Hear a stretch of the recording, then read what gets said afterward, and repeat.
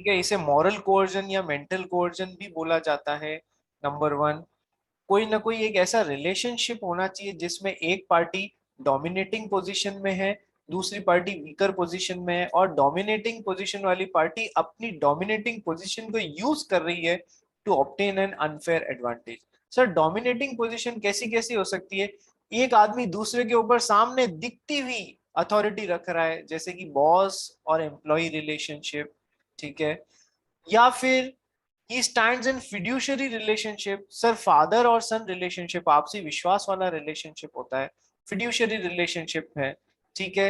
So he makes a contract with a person whose mental capacity is temporarily or permanently affected by reason of age, illness, mental or bodily distress। Sir मान लीजिए कोई patient है, उसका कोई care taker है, तो ये dominating position में आ गया, ये वीकर पोजीशन में आ गया, ठीक है। अनकंसाइनेबल बार्गेन्स और ट्रांजैक्शंस जो कि सामने दिखते हुए है रे, जो सामने दिखते हुए हैं कि यार ये तो होना ही नहीं चाहिए था, गड़े ही नहीं उतर रहे हैं, ठीक है।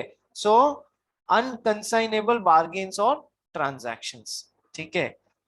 A transaction is being done with a पर्दा नशी वुमेन। पर्दा नशी वुमेन कौन होती है? वो नहीं होती है जिसमें जो है ना बुरके में घूमती है, नहीं, उसको पर्दा नशी वुमेन नहीं बोला जाता है। पर्दा नशी वुमेन, पर्दा नशी एक कल्ट होता है जिसमें जो वुमेन होती है उस पर्टिकुलर कल्ट की, वो पर्दे के पीछे ही रहती है, सेक्लूडेड जीवन बिताती हैं अपना, ज्यादा बाहर के लोगों से, घर के बाहर से मिलती ही नहीं है, घर के बाहर के लोगों से।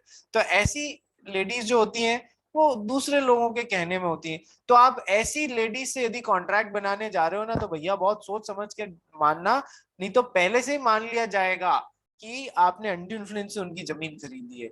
इसलिए बहुत सोच समझ के पर्दा नशी वुमन के साथ में एग्रीमेंट बनाया जाता है, ठीक है। ये सब मैं आपको करा दिया हूँ। अनकंसाइनेबल बार्गेन या ट्रांजैक्शन में एक 18 साल का लड़का था जिसको कोई मनी नहीं देता था, वो लिखकर कंज्यूम करता था, ये सब मैंने करा दिया है, पढ़ना अब आपका काम है, ठीक है।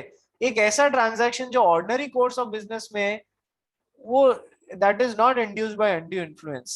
जब बैंकर मनी मार्केट कंडीशन ही स्ट्रिंजेंट थी, तो फिर महंगाई लोन देगा यार, ठीक है।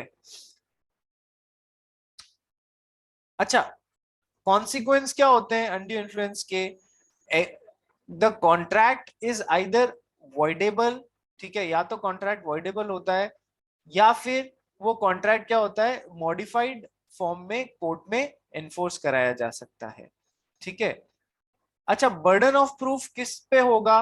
सर यदि अनकंसाइनेबल बार्गेन या ट्रांजैक्शन सामने सामने दिख रहा है, तब तो जो वीकर पार्टी है, तब तो जो डोमिनेटिंग पार्टी है उसको प्रूव करना पड़ेगा कि मैंने कोई जबरदस्ती इनकी कंसेंट नहीं ली है।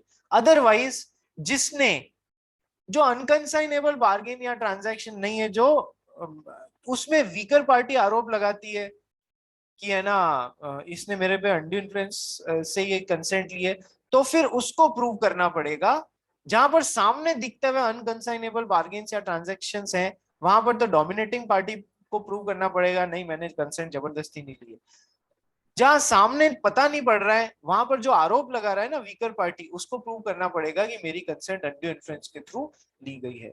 उसी तरीके से कोवर्जन में सर बर्डन ऑफ प्रूफ किस पे होता है? सर वीकर पार्टी बोलती है ना कि इसने मेरी कंसेंट कोवर्जन के थ्रू ली है, तो वीकर पार्टी को प्रूव करना पड़ेगा। वीकर मतलब जो उसको कॉन्ट्रैक्ट को कैंसिल कराना चाह रही है, उसको करना पड़ेगा। ये डिफरेंसेस हैं बिटवीन कोवर्जन और अंडू इन्फ्लुएंस। सर एक तो कोर्जन का सेक्शन मेंशन करना यहाँ पर, तभी आंसर पूरा होएगा, और एक एक एग्जाम्पल नीचे यहाँ पर मेंशन करना दोनों का, तब ये आंसर पूरा होएगा, ठीक है। यदि एग्जाम में कोर्जन और अनड्यू इन्फ्लुएंस के बीच में डिफरेंसेस आते हैं तो ये डिफरेंसेस हैं, आप लोग को पढ़ने हैं, एग्जामिनेशन पॉइंट ऑफ व्यू से इंपॉर्टेंट है। अच्छा, कोर्जन में एक पॉइंट छूट गया है। कोर्जन में क्या पॉइंट छूट गया है? हाँ, threat to file a suit is not coercion. X कभी भी वाई को बोलता है तूने अपनी जमीन मेरे को नहीं बेची तो मैं तेरे पे केस कर दूंगा। So threat to file a suit is not coercion, but threat to file a suit on false charges, तूने अपनी जमीन मेरी नहीं मुझे नहीं बेची, तो मैं तेरे पे इल्जाम लगाऊंगा तूने मेरे साथ ये गलत काम किया, ये किया, ये किया, मतलब फॉल्स चार्जेस पे आप थ्रेटनिंग दे रहे हो ना सूट फाइल करने का, तो that would definitely amount to coercion. मान लो एक्स एक गर्ल है, उसने वाई एक बॉय पे आरोप लगाया कि तुमने अपनी जमीन मुझे नहीं बेची, तो मैं तुम पे छेड़खानी के केस लगाऊंगी। अब ये डर गया, ठीक है, इसने जमीन अपनी बेच दी।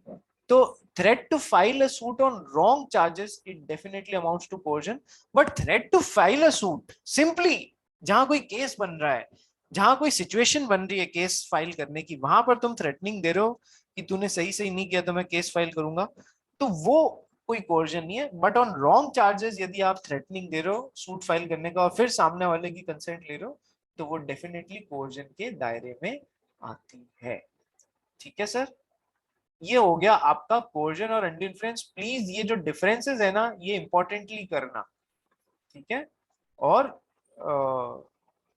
इसी के साथ में कोर्जन और अंडर इन्फ्लुएंस खत्म हो चुका है। कल से हम चालू करेंगे फ्रॉड और मिसरिप्रेजेंटेशन। कल संडे है, 9 तारीख, नहीं सॉरी 17th है, संडे है आपकी। 9 या 9:15 के बीच में, मोस्टली आप 9 बजे तैयार है ना, हम लोग क्लास स्टार्ट कर देंगे। ठीक है भाई, एनी डाउट एनीबडी? एक, आप अपना काम जो रिटर्न में रोज का है ना, वो आप मुझे भेजोगे।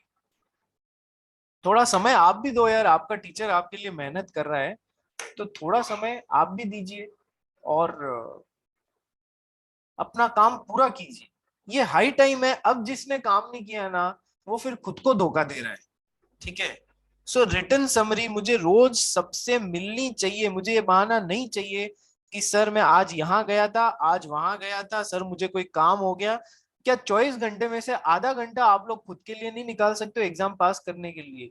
सो इच्छा होने की बात होती है। रात को 1 बजे भी काम किया जा सकता है, सवेरे जल्दी उठ के 8 बजे भी काम किया जा सकता है। ठीक है, सवाल ये याद करके लिखो बस, मुझे ये चाहिए। ठीक है भाई, और सबकी फोटो आनी चाहिए। जो लोग सोच रहे हैं ना कि हम नहीं भी देंगे, तो सर को कोई फर्क नहीं पड़ने वाला है, फर्क तुम्हारे रिजल्ट में पड़ जाएगा। ठीक है भाई, चलिए आज के लिए इतना बहुत है।